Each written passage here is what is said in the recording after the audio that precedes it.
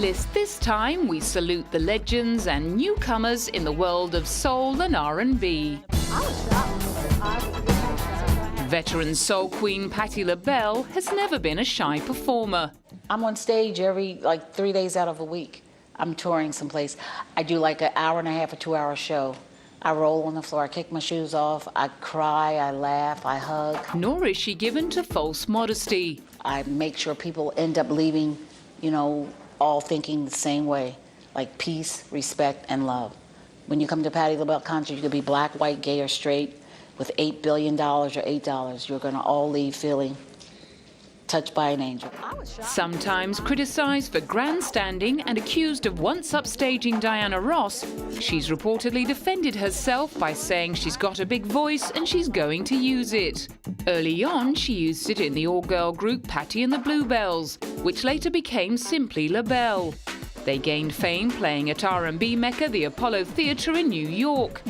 At a recent event to celebrate its 75th anniversary, she was inducted into the Apollo Legends Hall of Fame by Mariah Carey and recalled the highlight of playing there in the 60s and 70s. The audience responding. Instead of throwing eggs, they stood up. Because when you're bad at the Apollo, they'll let you know. The group's biggest hit came with the 1974 smash Lady Marmalade.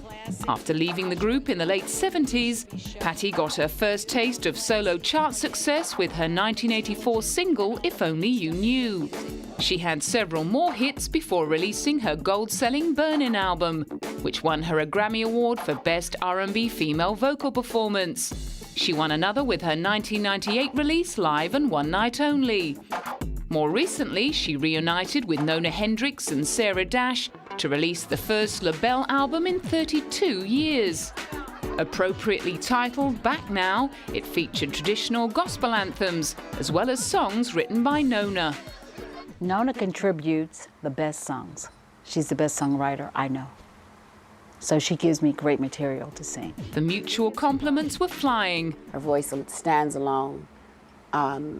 And it's, I'd like to see Pat get more credit for the talent she has, but she gives us exactly what we need to make this Labelle sound what it is. Although they hadn't worked together in 3 decades, it was just like old times. We're really tight. We fight. Yeah. We scream at each other. We tell each other, no, don't wear that. Don't wear that. They talk to me that same way. We all talk to each other because I don't want them wearing something that I don't like for them. And getting the Labelle show back out on the road turned out to be an emotional experience all round. The biggest surprise to me, and the best part, is when we did a show in New York at a bank before we did the Apollo. The same thing happened at the Apollo. That was our first show. The people stood for 20 minutes crying and clapping and just smiling and wouldn't stop. When they saw the 3 of us together, that's all they wanted for 33 years. Their dream finally came true. British funksters Jamiroquai were at the forefront of the London-based acid jazz movement of the 1990s. After finding European success with their first 2 albums, Emergency on Planet Earth and Return of the Space Cowboy, they broke through in the US with their 3rd album, Travelin' Without Movin'. The innovative video clip to their 1996 hit Virtual Insanity, which highlighted lead singer J.K.'s penchant for crazy hats and kooky dancing, took out 4 MTV Music Awards. Shifting more towards soul and disco in 2001, their 5th album, Funk Odyssey, spawned the #1 hit Little L. But the 4-year gap before their next release raised some eyebrows. We haven't looked at it like there's been a delay. I think what it is, from 2001, summer 2001, from the release of Funk Odyssey, it's 18 months of touring before, it's a year and a half before you've even started. And then maybe 6 months off, for everybody to get together. Then we had to find a new keyboard player. Then me and Rob and Matt had to work out how we work together. And then, get the skeletons of the tunes, do some crafting, do some pre-production, work out what's going to sound good. And my job is always to veer it away. That sounds too much like we did last time. Veer it away, and that took some doing. In coming up with the next album, Dynamite, Jay was determined to deliver for Jamiroquai fans. you can never take that for granted. You can never sort of say, right, you know, 4 million people bought the last album, 4 million people are going to buy this one. It isn't like that at all. And, you know, you can only gauge it from when it comes. I'm nervous as hell. When it first comes out, and I sort of sit and I don't want to look at the Music Week, you know. You sort of want to look at your chart position, but you can't take it for granted. You can't take it for granted. However, their determination to keep things fresh almost backfired when critics reacted to the change of direction in the album's lead single, Feels Like It Should. I felt using a human beatbox was a very unusual step, putting a groove on it and then singing a kind of falsetto thing was different. It gave it a rugged kind of feel that I don't think we'd had before, and it had an impact. Everybody immediately heard the first bars, you know, and went, what is that? It ended up going to number 3 on the British charts. The following year, they went to number 1 with their greatest hits collection. And by 2007, they were ready to scale new heights. Known for his love of fast cars and dangerous living, he and the band set about breaking a Guinness World Record by playing a gig in mid-air. In February, they treated a plane full of lucky fans to a concert at 30,000 feet, aboard a specially fitted Boeing 757. While Jay may have had a few problems sticking his dance moves, he was happy with their performance. Difficult to get your breath. And very strange with our, well, it's a problem there. But, you know, I mean, unusual, different and unusual, and it's about the weirdest thing I've ever done. Dubbed the Queen of Rock and Roll, Tina Turner has sold more than 200 million albums over the course of her 50-year career. Her first taste of success came in 1966 with the single River Deep Mountain High. Then in 1971, she and her husband Ike reached number 4 on the US chart with Proud Mary. They had another hit with Nutbush City Limits about Tina's hometown in Tennessee 2 years later. After a messy divorce that left Tina responsible for their debts, she appeared as a guest on a raft of TV shows to help pay the creditors. She then embarked on a solo singing career and hit her stride in 1983 with her album Let's Stay Together, which featured the song What's Love Got to Do With It? It became a worldwide smash, and at 44, Tina became the oldest female artist to have a #1 single in the US. Then came Private Dancer and Tina's first worldwide tour as a solo act. A booming, raspy voice, irrepressible energy and consummate showmanship, not to mention the spiked wigs, miniskirts and maxi heels, turned her concerts into must-see events. At the end of her 24/7 tour of 2000, the Guinness World Records announced that she had sold more concert tickets than any other solo performer in history. 8 years later, there was still enough fuel in the tank for one last tour. It has to be now, because this is our surge. This is our time to come back once more and give the younger children that their parents have promoted all of the acts of their time. It's time to go now. I can still do it. I'm still in shape enough, physically and mentally. And yeah, I think this was just about the best time to do it. The tour opened in October 2008 at the Sprint Center in Kansas. At the age of 68, the 8-time Grammy Award winner burst onto the stage in black sequins and 4-inch heels and belted out her single Steamy Windows in trademark Tina Turner style. The 18,000-strong audience was made up of fans of all ages. Tina! Tina! Tina! Yes, and here we are today to celebrate our 20-year Tina anniversary. My longevity in the business is attractive to all age groups because of the energy. And so why I dance at such a pace is because it feels good with the dance, and I'm known for that kind of energy. And young kids can really relate to that as well. So I think that my age group range from young to the old, to my age, because of the energy that's projected from the stage. No doubt her continued popularity also has a lot to do with the way she approaches each performance. Very quiet just before the storm, so to speak. You're waiting then to get into that other character. It's not fear, it's anticipation. Oh, God, I can't believe we're going to it again. You start to feel it. You start to look around and see, this is the right bunch for me here. There's a harmony, because there's a family that's going to be together for a certain amount of months or years or how long you're out for. What about I don't like to leave the stage until I look out and see that the audience are totally pleased. When legendary soul singer Ray Charles was laid to rest in June 2004, thousands of fans lined up to pay their last respects at the LA Convention Center. I'm such a fan, and I wanted to come and give my respect and say goodbye and let him know how much I'll miss him. He was a genius, and everybody appreciates him, and most people love him and appreciate him for all of the joy that he's given to them over their lives. Best known for his signature hits, Georgia on My Mind and Hit the Road Jack, the entertainer who lost his sight at the age of 7 won 12 Grammy Awards and was considered one of the most influential musicians of his generation. Frank Sinatra once declared him the only true genius in the business. At the height of his career in the mid-1960s, he was arrested for possessing heroin, a drug he'd been addicted to since his teens. After his third arrest, he finally managed to kick the habit through a stint in rehab. He surfed a new wave of popularity after his appearance in the 1980 comedy The Blues Brothers and continued to work throughout the next 2 decades, always searching for perfection. I'm never really satisfied. But you see, I know that that's just because I'm very critical of myself. I can always think of, I could have done this, I should have done that. You know, you always, when you hear later on, you always say, I wish I had I wish I had. But there comes a point where you have to say, am I happy right now, at this moment, am I? And if you say yeah, then you go home and you sleep. And at the age of 72, he was still going strong. I don't know anything to retire to. You understand what I mean?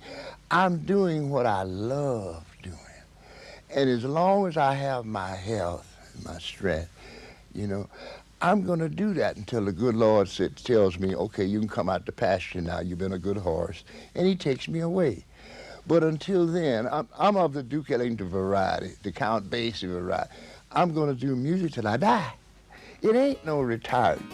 In fact, Ray Charles was destined to keep churning out music even after he died 2 years later of liver cancer. The following year, to commemorate what would have been his 75th birthday, 2 new albums hit the shelves. The first was a CD of duets Ray had recorded over the years with the likes of Diana Ross, George Michael and Gladys Knight. And the second, compiled by longtime collaborator Ahmet Ertegun, was a 7-CD box set of recordings from 1952 to 59. His life also featured in the biopic Ray. Honoured with a World Music Legends Award for fusing hip-hop with soul, Mary J. Blige has plenty of fans among her hip-hopping peers. Mary Blige is incredible. I loved her since her first single, or when I first heard her on Father MC's song. So she has showed that she's a timeless artist, a classic artist, and it's well deserved what she's getting. And I'm glad that she can show evolution and keep getting more popular and popular. The news that Mary's album The Breakthrough had earned 8 Grammy nominations was met with resounding approval. Mary J has so much soul and so many stories that are relatable to a lot of people. I think that when you have a true story and then you put it out there and you share it with the world, you know, people embrace it. And she deserves it, you know, just because she's put so much time and effort into her career. And you can see that, you know, through it all, you know, she's been able to blossom. She's been able to blossom, and it's a beautiful thing.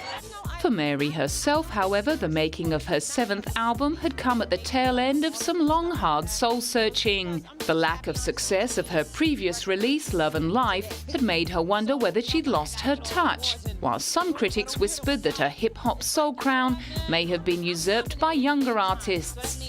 But after becoming the 5th best-selling album of 2006, The Breakthrough lived up to its name. This is what happened with The Breakthrough. And once I start speaking from my heart and, you know, based on how I see things and, you know, and how I see myself, you know, my fans, they listen because I am them, they are me. And, you know, at the end of the day, people are people. We are each other. And we go through some of the same things, may not be all in the same way, but some of the same things. So I kind of knew I wasn't going to let him down. On the big night, she was rewarded with 3 Grammy Awards: Best Female R&B Vocal Performer, Best R&B Album, and Best R&B Song for Be Without You. For Mary, who's battled addictions to drugs and alcohol and abusive relationships, it marked the end of a long struggle. You know, each year it's something different, but this particular year it means so much because the breakthrough represents a positive change for Mary J. Blige, even bigger than No More Drama. Because in No More Drama, I was just at the end, but I was still this. But now I understand what it means to love yourself and think positive about yourself. And here is all the results came out in my career and in my home life too.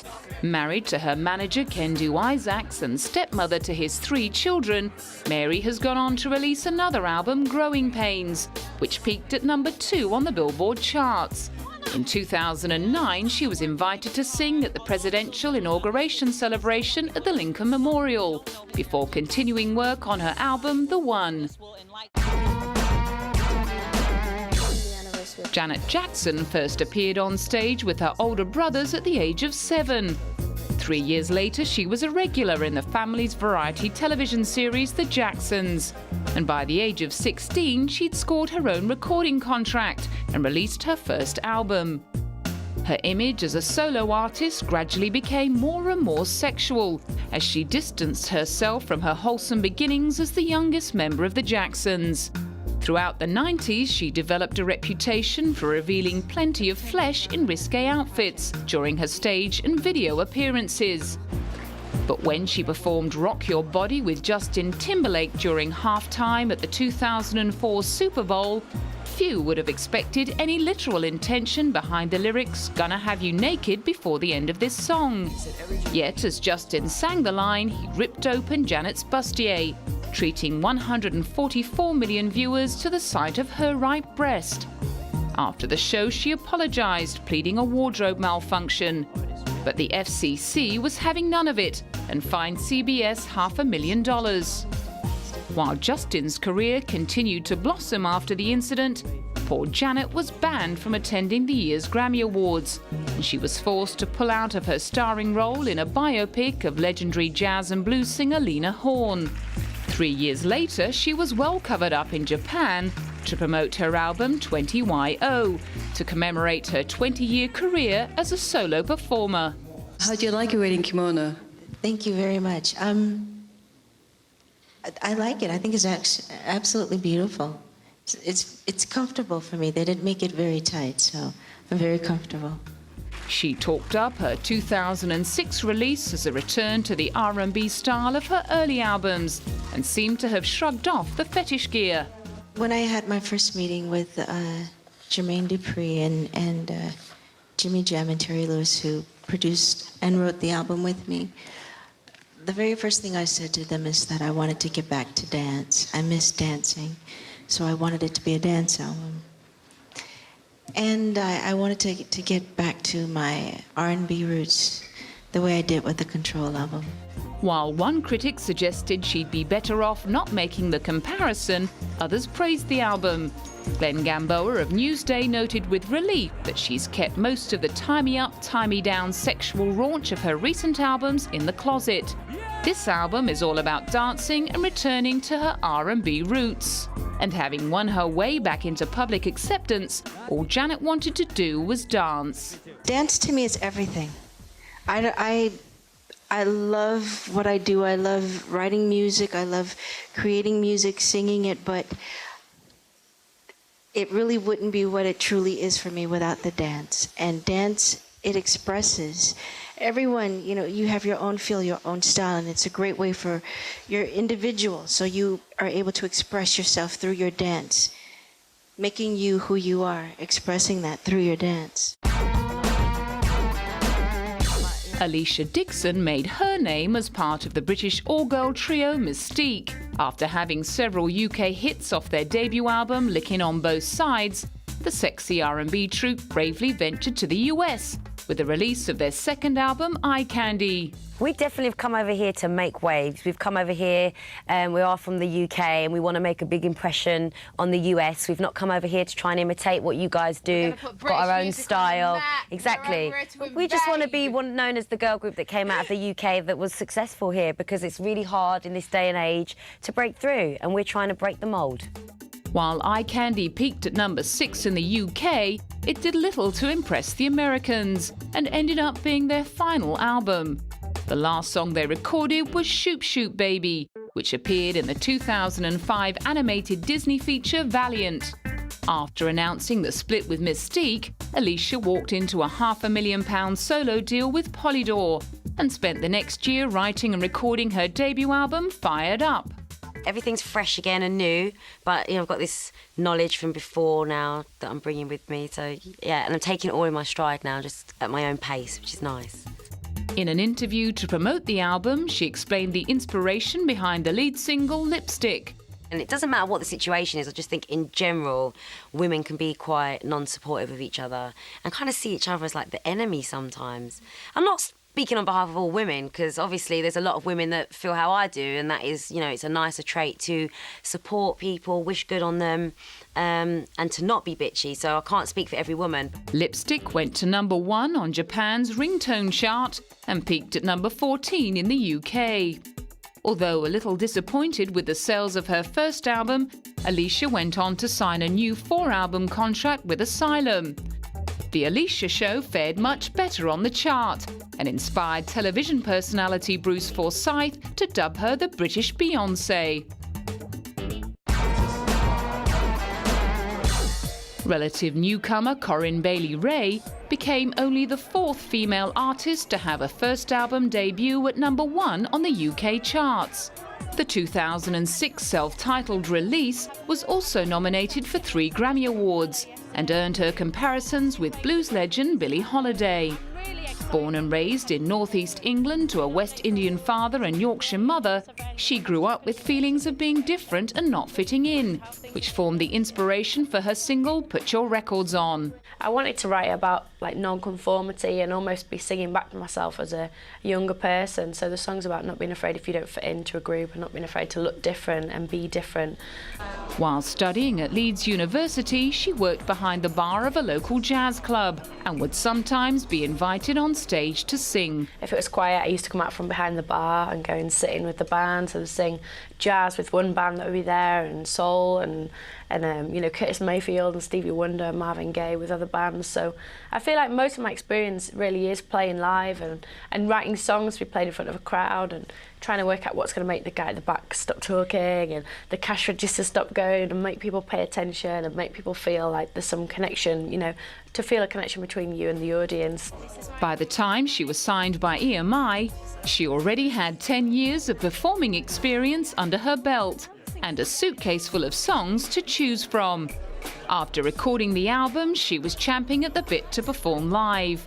But first came the record signings and award ceremonies. Does it mean more to be recognised at the Brits though? I guess it means the same, anyone who is into your music, that means a lot to you, especially for someone like me who's worked in music for so long and supported so many bands and played in so many pubs. It means a lot to finally be recognised by people and to have an album that's done well. And yeah, it's great.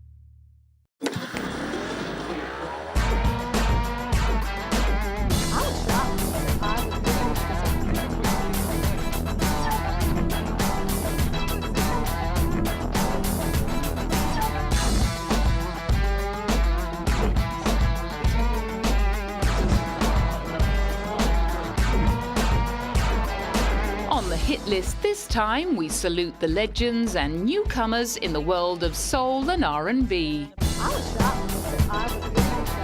Veteran soul queen Patti Labelle has never been a shy performer. I'm on stage every Marmalade. After leaving the group in the late 70s, Patti got her first taste of solo chart success with her 1984 single, If Only You Knew. She had several more hits before releasing her gold-selling Burnin' album, which won her a Grammy Award for Best R&B Female Vocal Performance. She won another with her 1998 release, Live and One Night Only. More recently, she reunited with Nona Hendryx and Sarah Dash to release the first Labelle album in 32 years.